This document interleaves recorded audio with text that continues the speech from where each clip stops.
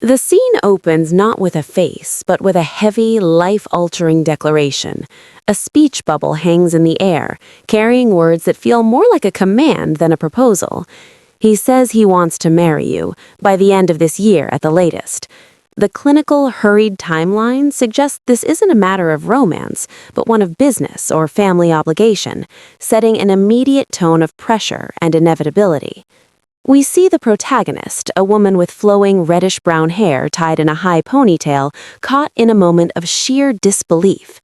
Her striking red eyes are wide, and her lips are slightly parted as the weight of the marriage ultimatum sinks in. She stands frozen, her elegant attire and silver geometric earrings contrasting with the look of dazed vulnerability on her face as she processes the news. The perspective shifts lower, focusing on her trembling hands and the sharp, jagged speech bubble that escapes her. What?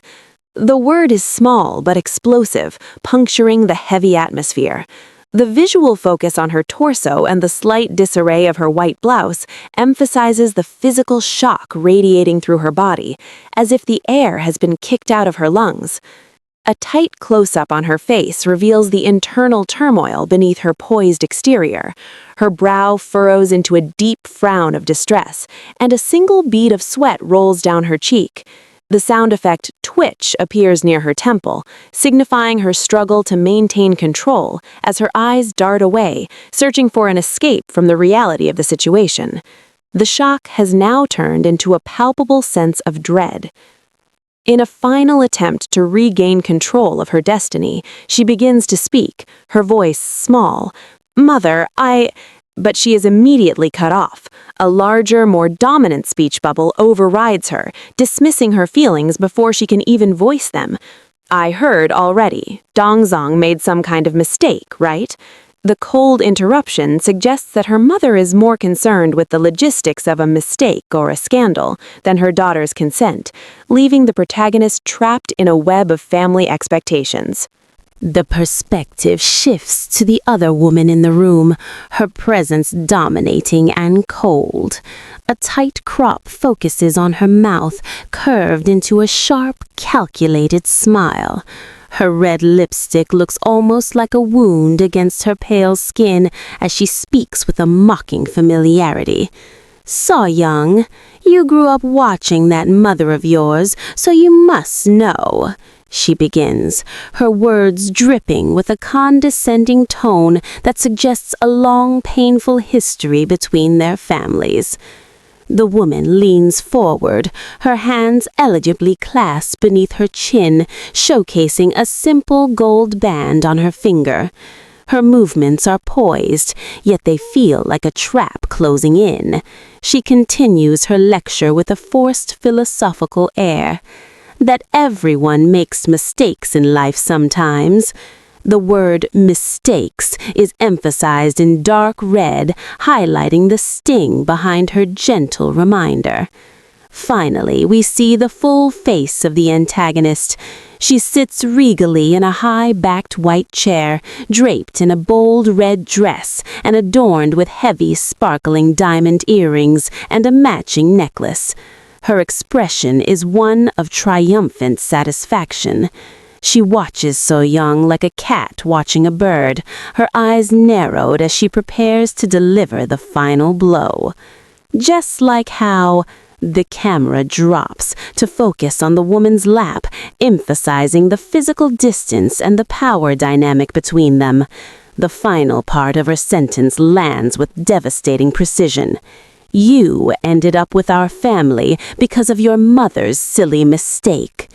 By calling a life-altering event a silly mistake, she completely devalues So Young's existence and her place in the family, reducing her to a mere consequence of someone else's error. The scene returns to So Young, but the world around her has changed. The background has dissolved into a dark, textured purple, representing the suffocating pressure she feels. Her expression is no longer just shocked, it is hollow and pale, her eyes wide as the sound effect "sha" rushes over her like a cold wave of realization. She stands paralyzed, stripped of her defenses by the cruel truth of her origin. The narrative returns to a more tense, atmospheric moment. A woman with long, wavy, reddish hair is shown from the chest up, her face partially veiled in a purple, shadowy light that suggests a dramatic internal monologue. She wears a black turtleneck under a white blouse. Below her, a stylized, glowing speech bubble contains a single, haunting question. Mistake? The dark, patterned background amplifies the feeling of realization or the weight of a choice that cannot be undone. The story begins with a heavy, somber revelation. A series of narration boxes appear against a gradient gray background, setting a melancholic tone. The text reveals a pivotal moment in the protagonist's life. A few days before my mum passed away, she told me about Chairman G. This creates an immediate sense of mystery, suggesting a hidden connection or a long-buried family secret involving a powerful figure. The scene shifts abruptly as the narrative travels back in time. A stark white rectangular box centered on a deep black void displays the words 29 years ago. This serves as a temporal bridge, transporting the reader away from the present grief and into the origins of the mystery that the protagonist's mother finally dared to speak of. In the past, we see a woman from behind, dressed in a professional white collared shirt and a salmon-colored vest. She is operating a large beige office photocopier, her hand resting gently on the machine. Suddenly, a sharp, jagged speech bubble pierces the quiet of the office environment, with someone calling out urgently, "Me-sun." This introduces the character Me-sun, likely the younger version of the protagonist's mother. Following the call, we see a clear portrait of Me-sun. She has short, reddish-brown hair styled in a bob with soft bangs. Her expression is one of slight surprise or mild concern as she looks toward the person who called her. Bathed in the bright, soft light of a window with a blue sky background, she appears youthful and innocent, oblivious to the mistake or the drama that is about to unfold in her life. The narrative deepens as the protagonist reflects on the stories her mother shared before her passing. Against a stark, dark background, a narration box appears like a title card, revealing the nature of her mother's past. Back when she was young, Mom said she and Chairman G had a romance straight out of a movie. This sets the stage for a story of high-stakes emotion and classic drama, while a small speech bubble at the bottom echoes the central question, Chairman G? We are introduced to the young Chairman G, a handsome man with dark, styled hair and a sharp, composed look. He is dressed formally in a white shirt and a brown tie, looking every bit the leading man his mother described. With a slight, charming smile and a hand resting behind his neck in a bashful but confident gesture, he presents a gift. A speech bubble captures his smooth, romantic words. "Here, I got this because it made me think of you." The focus shifts to the gift itself, a magnificent, overflowing bouquet of flowers. The arrangement is a lush mix of soft pink roses, vibrant purple carnations, and delicate filler flowers. The flowers are rendered with sparkling highlights, emphasizing the magical and precious nature of the gesture.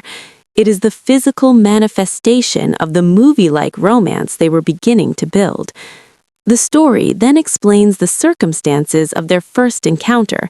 Text boxes over a soft, light background clarified their relative positions at the time.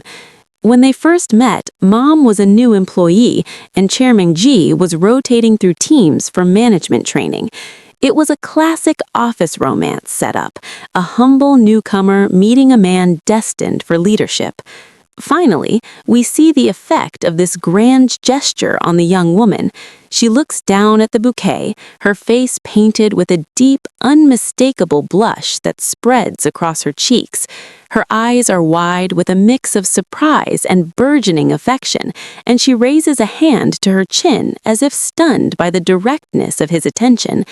In this moment, the professional boundaries of the office seem to fade, replaced by the sparks of a legendary romance. The story begins with a close-up of a breathtakingly vibrant bouquet, filled with lush pink roses and delicate purple blossoms that seem to sparkle with a romantic glow. Overlaid on this image is the inner monologue of a man deeply moved.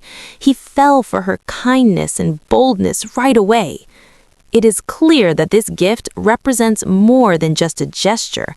It is the physical manifestation of a sudden, overwhelming love born from an unexpected encounter. The perspective shifts to a wide shot in an office setting. The man stands holding the flowers, his expression one of shock and concern, as the woman begins to turn away from him. Huge speech bubbles dominate the frame, carrying the weight of her rejection.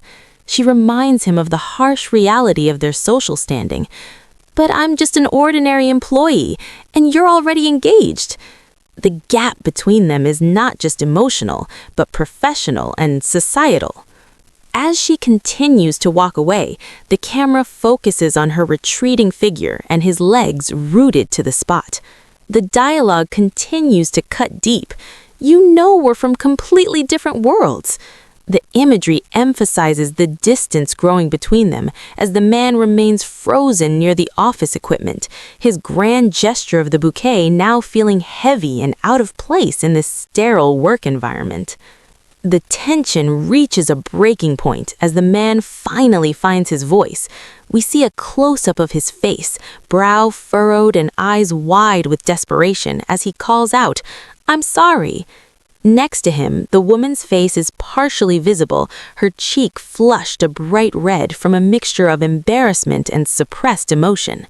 She looks away, unable to meet his gaze, as the situation becomes increasingly painful. In the final moments of this encounter, the man reaches out or moves forward as a jagged, urgent speech bubble appears. "Wait, me son." We see a close-up of the bouquet once more, clutched tightly against his shirt and her shoulder as she continues to flee. The use of her name, Misan, adds a layer of intimacy and desperation to the scene, leaving their different worlds hanging in a precarious balance. Determined not to let her walk away, the man raises his voice, his shout cutting through the quiet office air like a thunderclap. From a perspective behind his head, we see a sharp, jagged speech bubble erupting with his desperate resolve. "I'll call it off."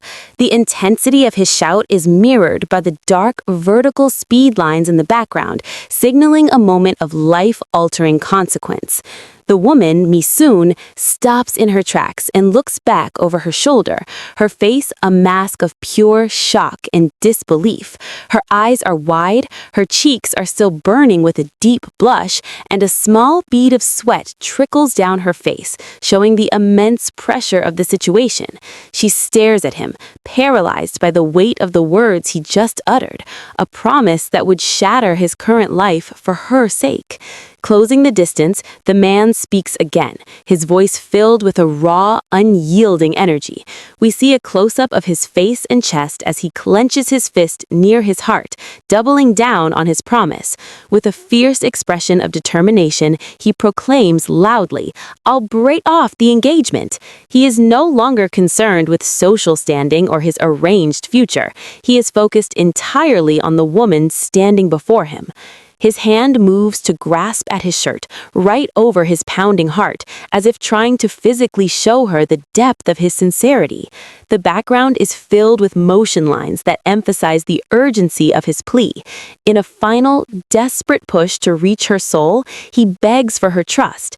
"Give me a chance to prove that I love you." He is offering her everything, asking only for the opportunity to show that his feelings are real. The scene softens as the man looks down, his brow furrowed with a mixture of pain and profound affection. The jagged bubbles of the previous moments are replaced by a soft, pink-tinted cloud, reflecting the tenderness of his heart. In a voice that is likely now a soft, trembling whisper, he utters the words she never expected to hear. "I love you, Misun. I mean it." The vulnerability in his eyes proves that this is no longer just a gesture. It is a confession of a love he is willing to sacrifice everything for.